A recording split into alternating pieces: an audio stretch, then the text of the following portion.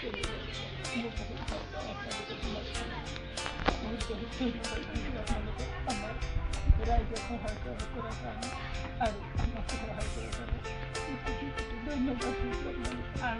লগতে এইটো ক'ব বিচাৰোঁ, আপোনালোককো ধন্যবাদ দিছোঁ। আপোনালোকে ইমান দূৰৰ পৰা কষ্ট কৰি আহিছে আমাৰ বামন পুখুৰীৰ চাহ বাগিচাৰ লোকৰ কাৰণে। হয়তো সকলোকে কিবা এটা আপোনালোকে দিব পৰা নাই, কিন্তু যিয়ে দিছে তাতে আমি সুখী হৈছোঁ। আৰু বিশেষকৈ যিটো নেকি আপোনালোকে আমাৰ গোটেই গাঁৱটোৰ কাৰণে, গোটেই ৰাইজৰ কাৰণে আপোনালোকে প্ৰাৰ্থনা কৰাৰ বাবে, তেওঁৰ বাবে আপোনালোকক বহুত বহুত ধন্যবাদ।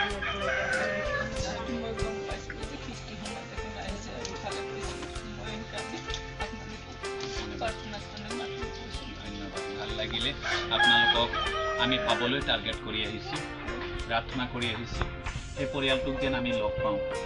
আৰু যেতিয়া বাইদেউগৰাকী পৰিচয় কৰাই দিলে মই ভিতৰত বৰ মানে সন্তোষ হৈছোঁ, যাক পাবলৈ আমি আশা ৰাখিছিলোঁ আমি লগ পাইছোঁ।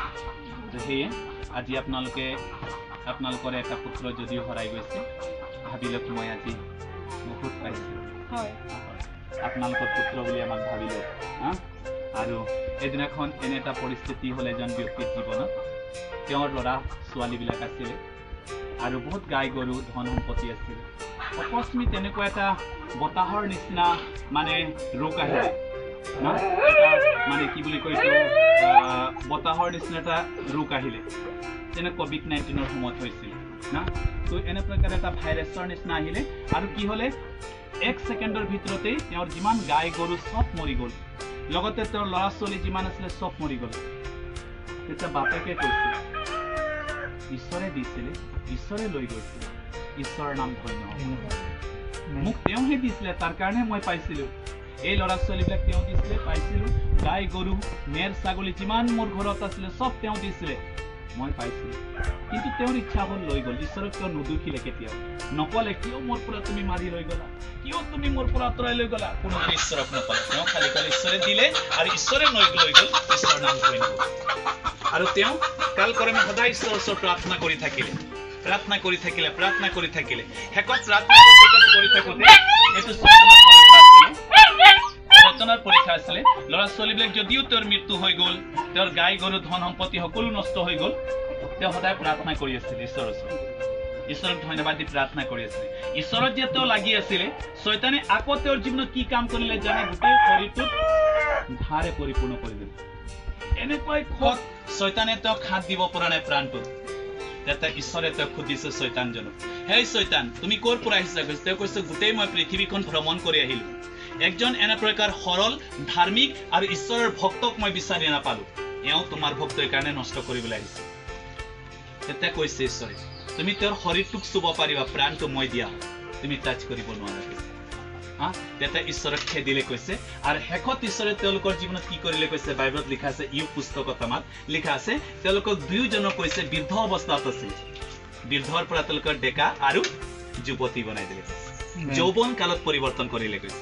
আৰু যৌৱন কালত পৰিৱৰ্তন কৰি পিছত আৰু ল'ৰা ছোৱালী তেওঁলোকক দিলে কৈছে। এনেকুৱা ল'ৰা ছোৱালীৰ পৃথিৱীত কোনেও কেতিয়াও জন্ম হোৱা নাছিলে কৈছে, এনেকুৱা সৌন্দৰ্য দিলে। আৰু যিমান হেৰালে কৈছে তাতকৈ ঈশ্বৰে 2 গুণা বাকিলে কৈছে। আজি আপুনি এটা পুত্ৰ সন্তান কালক্ৰমে যদি হৰাই দিছে, বহুত পাইছে বুলি ভাবক। আছো আমি সদায় আপোনালোকৰ কাৰণে প্ৰাৰ্থনা। তেওঁলোকক পাবলৈ আমি বৰ হেঁপাৰে আজি আমি বাট চাই আছিলো।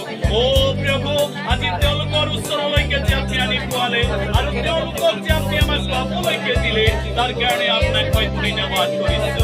প্ৰভু, প্ৰাৰ্থনা কৰোঁ আজি তেওঁলোকৰ জীৱনলৈকে আপুনি শান্তি প্ৰদান কৰা, আপুনি শান্তি প্ৰদান কৰা, আজি শান্তি প্ৰদান কৰা।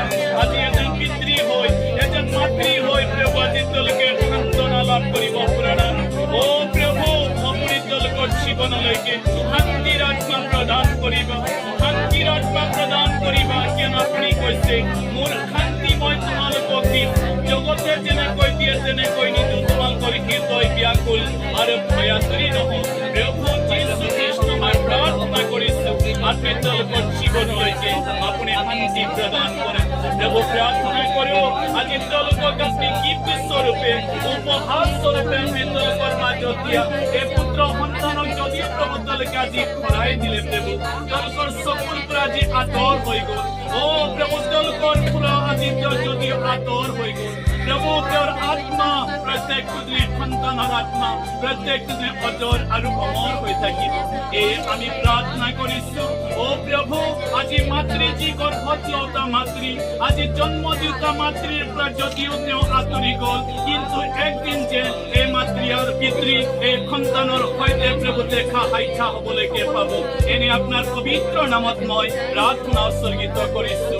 অ প্ৰভু, প্ৰাৰ্থনা কৰো আজি যেনেকৈ মাতৃগৰাকীৰ জীৱনত অ প্ৰভু আপুনি আশীৰ্বাদ দি দিয়া প্ৰভু, শান্তি দিয়া প্ৰভু, শান্তি দিয়া প্ৰভু, শান্তি দিয়া প্ৰভু, শান্তি দিয়া প্ৰভু। আপোনাৰ পবিত্ৰ নামত আমি শান্তি বিচাৰি প্ৰাৰ্থনা কৰিছো।